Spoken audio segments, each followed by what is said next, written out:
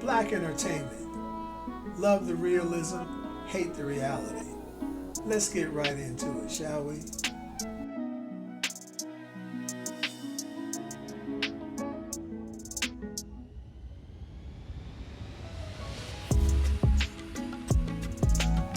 Hello again, J Spot peeps. Welcome back to the J Spot. I'm your host, Mr. J. And for those of you who are stopping by for the first time, welcome. And while you're here, if you like this content, make sure you hit that subscribe button. Give us a like, thumbs up, and drop a comment. Let us know what you're thinking.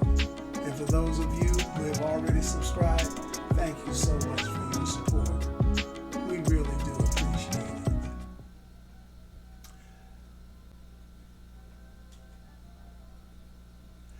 Sometimes I'm all over the place. It would seem, right? One minute I'm talking about prayer and purpose and discovery and rediscovery. The next minute I'm talking about guns and, I'm all over the place sometimes. And as I've said to you before, and perhaps maybe you're beginning to despair of it, I'm a writer. And for years, I wrote for newspapers and art and magazines. I had my own blog called the J Spot. And I wrote, political opinions and commentary. And, I have so much stuff that it's almost impossible for me not to revisit it and present it, now. And some of this stuff is 10, 12 years old. Wasn't getting a lot of play when I was writing it, but, it got some play. The magazines were popular. One of the magazines I do believe is still being published, called the Urban Sentinel out of Maryland. But, I had a lot to say about a lot of things, and I still do. And actually, I have a lot of fun doing this.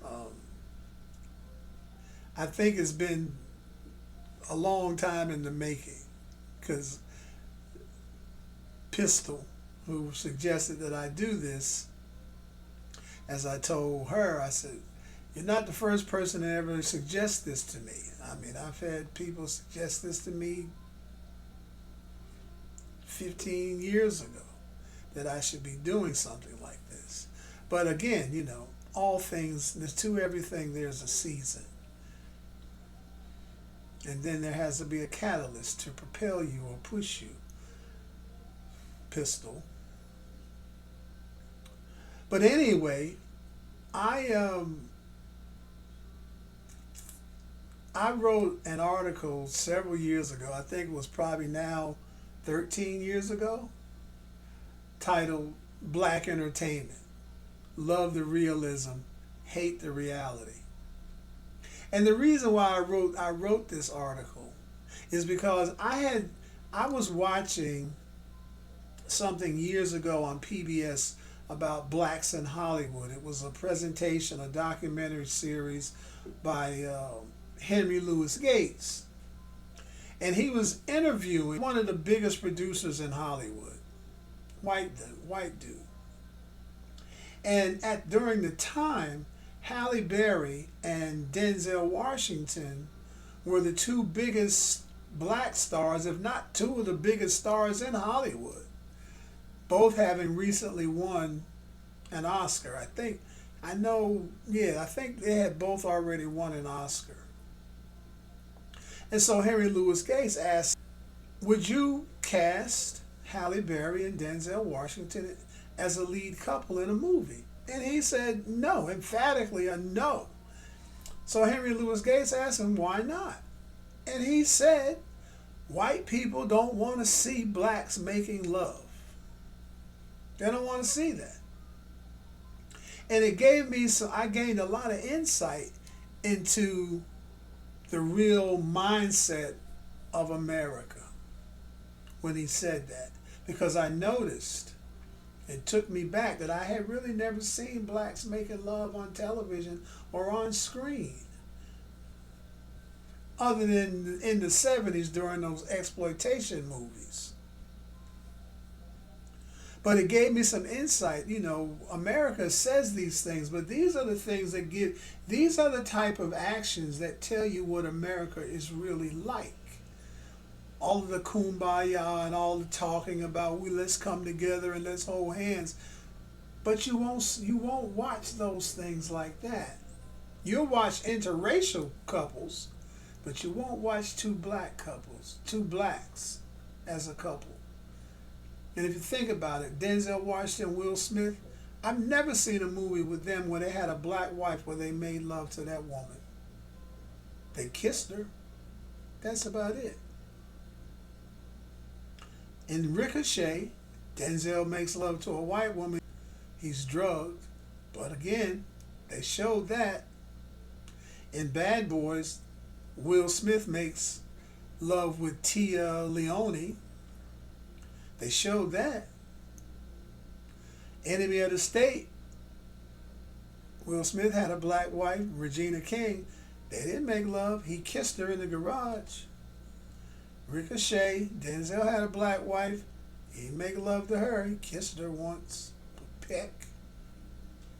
But it just gave you some insight into what America is really about. Which is why it's no surprise that America voted for Trump again. Because as Hannibal Lecter said, people don't always tell you what they're really thinking. They just see to it you don't advance in life. And so this article, Black Entertainment, I was talking with a friend of mine a couple of weeks ago and I was telling her about it. And she said, you know, you should do a podcast, a video about it. I'm like, okay. So tonight when I got home from work, you know, I'm like, what am I going to do for Friday? It's Wednesday. So what am I going to do for Friday's video? So I'm looking at something totally different in my archives. I was going to do a video about missing black women in America, which I'll do next week, for next week. And because I wrote about that too back in the day. So tonight I'm going to share this article with you all. Black Entertainment. Love the realism, hate the reality. During one Christmas holiday several years ago, while I was recovering from a cardiac procedure related to my injury, I had and took the opportunity to watch HBO's re-airing of the entire 5 seasons of The Wire. And because I had never watched the show, well, at least with any real sense of commitment in the past, I decided, what the hell? Surprisingly, however, once engaged, I found myself staying awake till the wee hours of the morning, making sure I watched each season in its entirety. I thoroughly enjoyed the show, with all of its grit and its hard-hitting dialogue. In addition to the grit and dialogue, I love the entertainment aspect of it all. However, what I also came to realize is that while I love the realism, I hated the reality. That's right. I love the story's realism, but I hated the fact that the story was so real. No, and I'm not speaking about the fictional plot, but about the real story of blacks and the inner city. Sure, we've left the Willie Best era of Step and Fetch It, and yes, we've moved up to the east side compared to shows like Good Times and Sanford and Son. However, and contrary to so-called progress, blacks continue to find themselves progressing from one stereotype to another, or is it the same? Consider for a moment the aforementioned Good Times and its contemporary What's Happening. Though popular among black audience, both shows depicted the reality of what mainstream white America thought of blacks. Poor, unemployable, and for the most part, with the exception of 1 or 2 characters, uneducated. The implications being the majority of blacks harbored no such educational aspirations.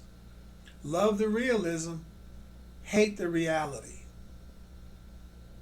The only unrealistic aspect of those shows that stood out to blacks, and especially in the show What's Happening, is that black children did not disrespect their parents much the way the shows portrayed the daughter Dee doing at times. Speaking of unrealistic, there's The Cosby Show, which I must confess I never watched because I believed then, as I do now, that it was corny because it wasn't realistic. Apparently, a judge agreed also. In an intellectual property lawsuit filed against NBC by a former intern who claimed NBC stole his idea, the judge ruled in favor of NBC, saying the idea was not unique because the idea was not stereotypical of black family life, which in hindsight made no sense, no realism, no reality. Now, back to The Wire and other shows whose storylines focused on black characters. Although the show focused on the inner city and its seemingly no way out but drugs existence, the story's main character was a white cop about his drinking, his affairs, and his propensity to bend and sometimes break the law. Black characters received lots of attention, but what impressed me, and not in a good way, was that like most shows or films featuring blacks, sexual interaction between a black husband and wife were absent. The only scenes of sexual interaction that included blacks were orgies, sleeping with white women, and the lesbian couple.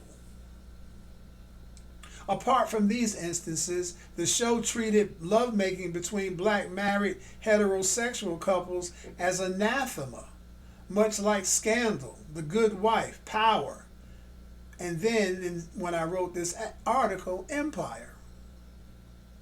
While the success of these shows is evident, the absence of black-on-black sex screams that whites detest watching blacks making love. On the flip side, however, white men making love to black women never gets old. Hate the realism, hate the reality. Moreover, these shows suggest that the only way for blacks or a black family to own anything is by way of committing crimes, specifically dealing illegal drugs. For example, in The Wire depicts Stringer Bell, partner of the biggest drug dealer in the city of Baltimore, Avon Barksdale, as only being able to afford buying legitimate businesses because of his criminal activities. Can anyone say Joe Kennedy? Kennedy notwithstanding, however, this depiction of blacks not having wealth through inheritance continues in the show's Power and Empire. This storyline holds true because the majority of blacks in America remain poor because they begin poor. Empirical evidence of how the broken promise of 40 acres and a mule worked as intended. Hate the realism, hate the reality. Finally, with the exception of perhaps Scandal and Power, all of the above mentioned shows were created and primarily written by white men. This suggests that perhaps blacks acquiring wealth by way of criminal activities and remaining poor, uneducated, going to prison, and killing one another for corners they don't even own is in the minds of whites art imitating life. For entertainment value, it doesn't get much better. But unfortunately, for what it depicts, it doesn't get much worse. Hopefully. Love the realism, hate the reality. Thank you once again, J-Spot peeps, for spending some of your valuable time here with me in the J-Spot.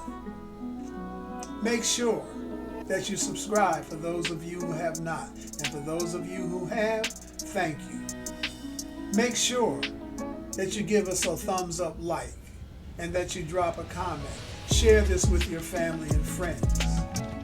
And please, come back to see me because we have a lot more discovering to do and a lot more purpose to pursue. In the meantime, peace. Humor me. When you say make America great again, as you say it was long ago, what is it exactly that you mean? And how will you make it so? Will you stand a post, be a watchful guard, be a keeper of the gate? Will you make the lives of others hard, bring from the past your hate? Does it mean that you will once again try and keep me in my place by resurrecting those times when you claim to be the master race? Please tell me how. I must insist. Share with me this foolproof plan of just how you will accomplish this. Return to greatness if you can. Does it mean that you will bomb my home while my children are asleep? Or abduct me as I walk alone, then drag my body through the street? Will you pull me over without cause, sound your siren, flash your lights, then hide behind self-serving laws when you unjustly take my life? Does it mean that you'll destroy our town because some woman told a lie? Beat a little boy and then him drown with barbed wire to him tied? Will you make sure that you block the door when I try to go to school? Or make sure that I stay dirt poor, though I play by all the rules? Will you rape our women anytime that you see fit? Or castrate me when you have a mind, then go off and brag a bit? Will you take me from my mother's arms if I seek refuge at your border? Will that return you to your former charm, a racist executive order? Will you call the law when I'm in the pool or in line at some drugstore? Or if I fall asleep while I'm at school or you don't like the shirt I wore? If all these things make you great again, if this is how great you define, then I hate to break it to you, friend. You've been great all of this time.